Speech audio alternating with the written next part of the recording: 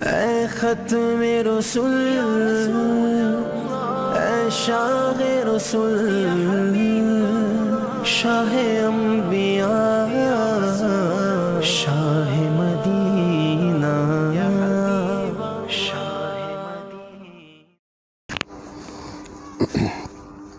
نحمدہ ونصلی ونسلم علی رسولہ الکریم، اما بعد فاعوذ باللہ من الشیطان الرجیم، بسم اللہ الرحمن الرحیم۔ یا صاحب الجمال و یا سید البشر، من وجہک المنیر لقد نور القمر، لا یمکن الثناء کما کان حقہ، بعد از خدا بزرگ تو یہ قصہ مختصر۔ و احسن منک لم تر قط عینی، واجمل منک لم تلد النساء، خلقت مبرئا من كل عیب، کأنک قد خلقت کما تشاء، بلغ العلا بکمالہ، کشف الدجا بجمالہ، حسنت جمیع خصالہ، صلو علیہ وآلہ۔ درود و سلام پڑھیے۔ اللہم صلی وسلم وبارک علی سیدنا و مولانا محمد وبارک وسلم وصلو علیہ۔ واقعات بخاری کا سلسلہ چل رہا ہے، اور واقعات بخاری کے تناظر کے اندر سیرت الرسول کے مختلف پہلوؤں کے اوپر ہم روشنی ڈال رہے ہیں۔ آج مصطفیٰ کی مہمان نوازی سے شروع کرتے ہیں کہ آقا علیہ السلام کی مہمان نوازی۔ حضرت مالک بن حویرث رضی اللہ تعالیٰ عنہ روایت کرتے ہیں کہ میں اپنی قوم کی ایک جماعت کے ساتھ رسول مکرم صلی اللہ علیہ وآلہ وسلم کی خدمت کے اندر میں حاضر ہوا، اور 20 دنوں تک حضور علیہ السلام کے پاس میں نے قیام کیا، اور آپ ہم لوگوں پر بے حد شفیق اور مہربان تھے۔ اب کیا ہے، ایک تو مالک بن حویرث فرماتے میں اکیلا نہیں تھا، اپنی قوم کی ایک جماعت کے ساتھ، یعنی ایک سے کافی زیادہ لوگ تھے، تو ہم حضور علیہ السلام کے مہمان بنے۔ تو 20 دن تک حضور علیہ السلام کی مہمانی، یعنی کہ ہم نے حضور علیہ السلام کے مہمان بنے، اور 20 دن تک آستانہ مقدسہ کے اوپر، یعنی حضور علیہ السلام کی خدمت میں بطور مہمان رہے۔ اور 20 دن میرے آقا علیہ السلام نے، جب بھی مالک بن حویرث فرماتے ہیں حضور علیہ السلام کو ہم نے پایا تو ہم نے شفیق اور مہربان پایا۔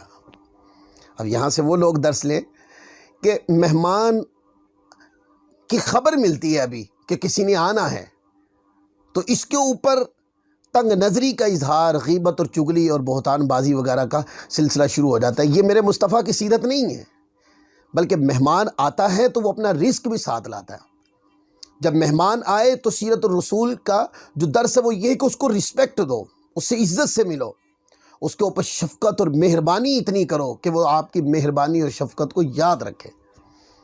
مہمان عنوان محبت ہوتا ہے، لہذا اس کو شفقت دیا کریں، اس کو مہربانی دیا کریں۔ یہ میرے مصطفیٰ کی سیرت طیبہ۔ تو کرے 20 دن حضور کی بارگاہ میں رہے، لیکن حضور ہر بار جب ملتے، جب بھی حضور کی بارگاہ میں حاضری ہوتی، آقا علیہ السلام تشریف لاتے، تو ہم پر بڑے ہی شفیق اور مہربان تھے۔ تو حضرت مالک بن حویرث فرماتے ہیں حضور علیہ السلام چونکہ بڑے رحم دل تھے، اس لیے آپ نے جب ہم لوگوں کو اپنے گھر جانے کا خواہش مند پایا، 20 دن تک حضور نے نہیں فرمایا کہ چلیں اب کافی دن ہو گئے آپ لوگ گھر جائیں، نہیں، مالک بن حویرث فرماتے 20 دن تک ہم رہے، اور جب ہماری گفتگو سے اس خواہش کا اظہار حضور نے سنا کہ ہم اپنے گھر جانا چاہتے ہیں، تو پھر آقا علیہ السلام نے فرمایا کہ تم واپس لوٹ جاؤ اپنے گھروں میں، اپنی قوم کی طرف اور اپنے اہل و عیال کی طرف، وہاں جاؤ اور ان کے ساتھ رہو۔ اور پھر نصیحت کی، فرمایا انہیں جا کر دین سکھاؤ، یہ 20 دنوں میں جو مجھ سے سیکھا ہے دین، انہیں جا کر سکھاؤ، انہیں مذہبی تعلیم دو، علم پڑھاؤ ان کو، اور اسی طرح نماز پڑھتے رہا کرو جیسے تم نے مجھے نماز پڑھتے ہوئے دیکھا ہے۔ اور جب نماز کا وقت ہو جائے تو تم میں سے ایک آدمی اذان دیا کرے، اور جو زیادہ عمر والا ہو وہ نماز پڑھایا کرے۔ اب کیا ہے، مہمان نوازی کرنے کے بعد میرے مصطفیٰ نے نصیحت فرماتے ہوئے فرمایا کہ اپنے اہل و عیال کو بھی دین سکھاؤ اور دینی علم سکھاؤ، اور جب نماز کا وقت ہو جائے تو خود اور اپنے اہل و عیال سب کو اس طرح نماز پڑھاؤ جس طرح تم نے مجھے نماز پڑھتے دیکھا ہے۔ اور جب نماز کا وقت ہو جائے تو ایک بندہ اذان دے اور باقی قوم اس کے پیچھے، ایک بندہ اذان دے اور بڑی عمر والے کو نماز امامت کے لیے کھڑا کرے اور باقی ساری قوم ان کے پیچھے نماز ادا کرے۔ کتاب صحیح بخاری ہے، اور صحیح بخاری کے صفحہ نمبر 87 کتاب الاذان حدیث نمبر 628 کے اوپر امام بخاری یہ حدیث لائے ہیں۔ پھر آگے آقا علیہ الصلوۃ والسلام جو لوگ کثرت مال کی خواہش کرتے ہیں ان کو منع کیا حضور علیہ الصلوۃ والسلام نے کہ مال کی خواہش نہیں ہونی چاہیے، خدا کی رضا کی خواہش ہونی چاہیے۔ اللہ تبارک و تعالیٰ کی خوشنودی تھی کہ میرا خدا راضی ہو جائے مجھ سے، مجھے اللہ تبارک و تعالیٰ کی محبت ملے، خدا کی فرما برداری ملے، اللہ تبارک و تعالیٰ کی اطاعت مجھے عطا ہو جائے، یہ اس کی تمنا کریں، اللہ کی محبت کی تمنا کریں، پر مال کی تمنا کرنے سے آقا علیہ الصلوۃ والسلام نے منع فرمایا ہے۔ جیسے قرآن مجید کے اندر ایک آیت ہے، لَتُبْلَوُنَّ فِي أَمْوَالِكُمْ وَأَنفُسِكُمْ، بے شک ضرور تمہاری آزمائش ہوگی تمہارے مال اور تمہاری جانوں میں۔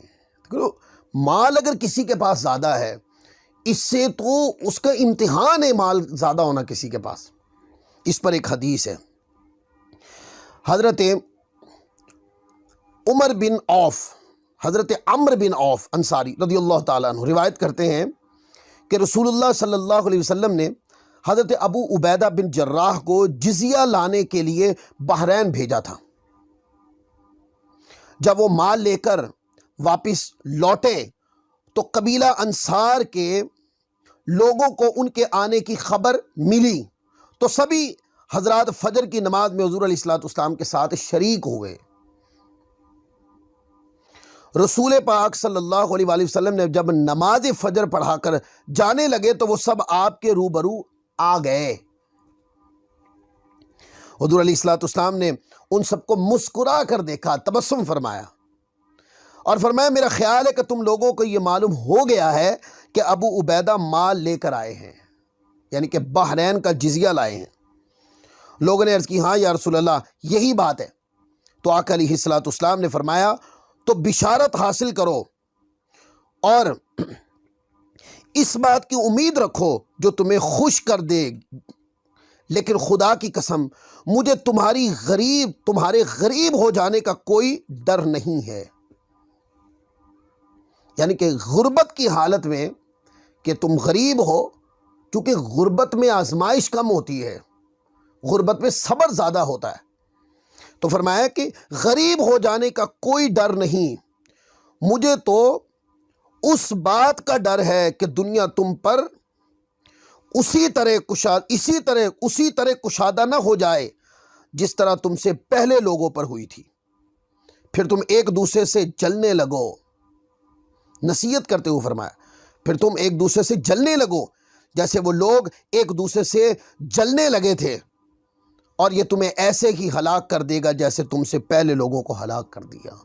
یعنی مال ایک ایسی چیز ہے، یہ سوسائٹی کے اندر فتنے بپا کرتی ہے، مال و دولت کی حرص فتنے بپا کرتی ہے۔ جس کے پاس مال زیادہ ہے، جس کے پاس مال کم ہے، تو زیادہ مال والا کم مال والے کو نیچی سمجھتا ہے۔ اس لیے آقا علیہ الصلوۃ والسلام نے فرمایا غربت کیا ہے؟ غربت ایک ایسی چیز ہے کہ اس کے اندر صبر تو کرنا پڑتا ہے، لیکن ہر صبر کے ساتھ اللہ تبارک و تعالیٰ عز و جل کی بارگاہ میں رضامندی کی دعائیں مانگی جاتی ہیں۔ تو اب دیکھیں اس حدیث پاک کے اندر واضح سبق ہے اس واقعے کے اندر کہ مال کی حرص سے بچنا چاہیے۔ اب یہ کیا ہے؟ یہ امت کو تعلیم ہے، کیونکہ یہ کیفیت آج ہم لوگوں کی ہے، تو امت کو تعلیم دی کہ حرص سے مال سے بچو، اللہ تبارک و تعالیٰ کی محبت یہ اپنے دل میں پیدا کرو۔